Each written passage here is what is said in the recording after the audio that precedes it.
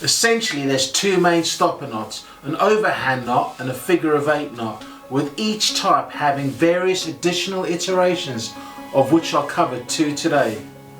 So this is the question: what do these four stopper knots all have in common? Three things mainly. They all form integral parts to a lot of line-to-line connections. They're all easy to tie, and they're all from the same category of knots, stopper knots. I'm Warren, you're watching Toit Fishing, and today we're looking at stopper knots and why they form such an integral part to all line-to-line connections.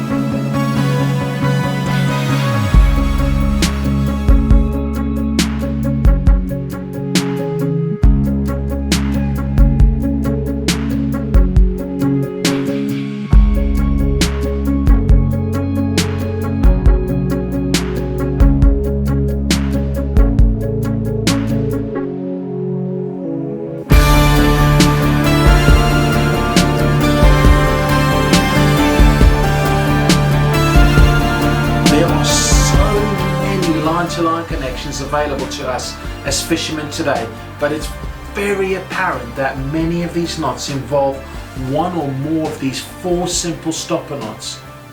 So the next question is this: why even talk about these stopper knots when in fact these are not even line-to-line connections? I've spent a lot of time on forums, on the beach, online, looking and discussing all these various line-to-line connections, and there seems to be a lot of confusion between these simple knots. Let me give you an example. You could watch all the how-to tutorials on the GT knot on YouTube, and some of them will either show the double overhand knot in the leader material, while others will show you the figure of eight knot or the figure of eight knot with an additional turn when they tie these knots on their video.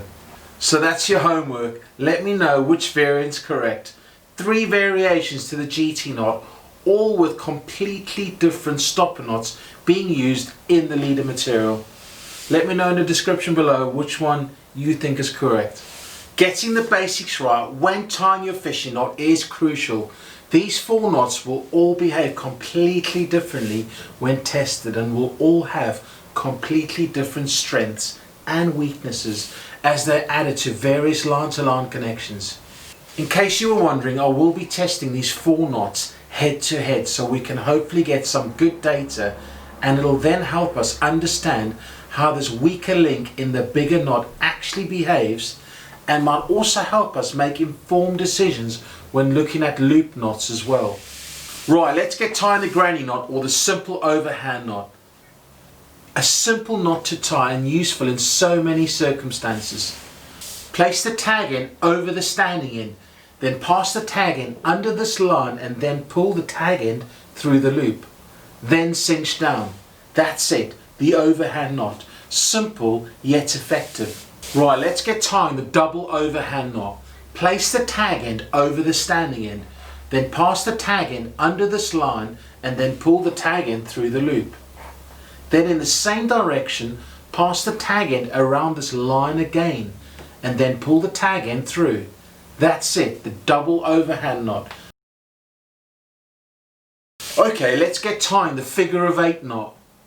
Place the tag end over the standing end. Then wrap the tag end around the standing end once. Then pass the tag end through this loop that was created. You will notice the standing end and the tag end exit at opposite ends, with one on top and the other at the bottom. Then cinch the knot up. It should look like a number 8 once it's cinched up. Okay, let's just pause here for a minute. Let's just compare the double overhand knot and the figure of 8 knot. They may look similar once done up, but they're in fact quite different, where the figure of 8 knot cannot unfold and the double overhand knot can easily unfold before being cinched up. You will also notice on the double overhand knot a single line passes on the outside of the knot from the top to the bottom, whereas on the figure of 8 knot at no point is there a continuous line on the outside from the top to the bottom of the knot, as it always tucks into the center. Okay, let's look at the figure of 8 knot with an additional turn. Place the tag end over the standing end, then wrap the tag end around the standing end twice. Then pass the tag end through this loop. You will notice an additional wrap running through the middle of the knot. Then cinch the knot up. Alright, let's just pause and look at the figure of 8 knot alongside the figure of 8 knot with this additional turn. The main observation is that the line on the original figure of 8 knot, it has a dog leg, and the one with the additional turn is a lot more linear. Lastly, let's just look at the double overhand knot and the figure of 8 knot with 2 turns. These are two which are very similar and most often confused. The main difference between the figure of 8 knot types and the overhand knot types is the figure of 8 knots always tucks back into the center, whereas on the overhand knots the line passes from the front all the way to the back along the outside of the knot. So that is it, stopper knots and the various common varieties you get. These knots are so simple to tie, but all have different applications and uses. And most importantly, knowing which variant is used within your line-to-line connection is of the utmost importance.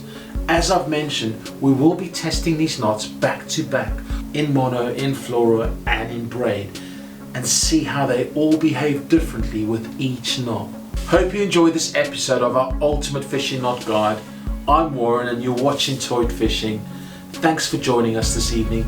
Tight lines, and I hope you have a better understanding of the variations you get in these different stopper knots and how integral they are to all these various line-to-line connections. Although some line-to-line connections don't have these knots in, a lot of them do, and a lot of loop knots have them in, a lot of sinker fixing knots have got them in.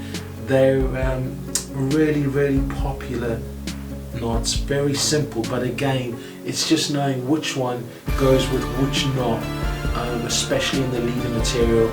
And normally when you are tying line to line connections, these knots are typically the ones which are tied in the leader material, and then either your braid or your monofilament backline is tied into the fluorocarbon, or if you're using monofilament as your lead line, it'll be tied into that.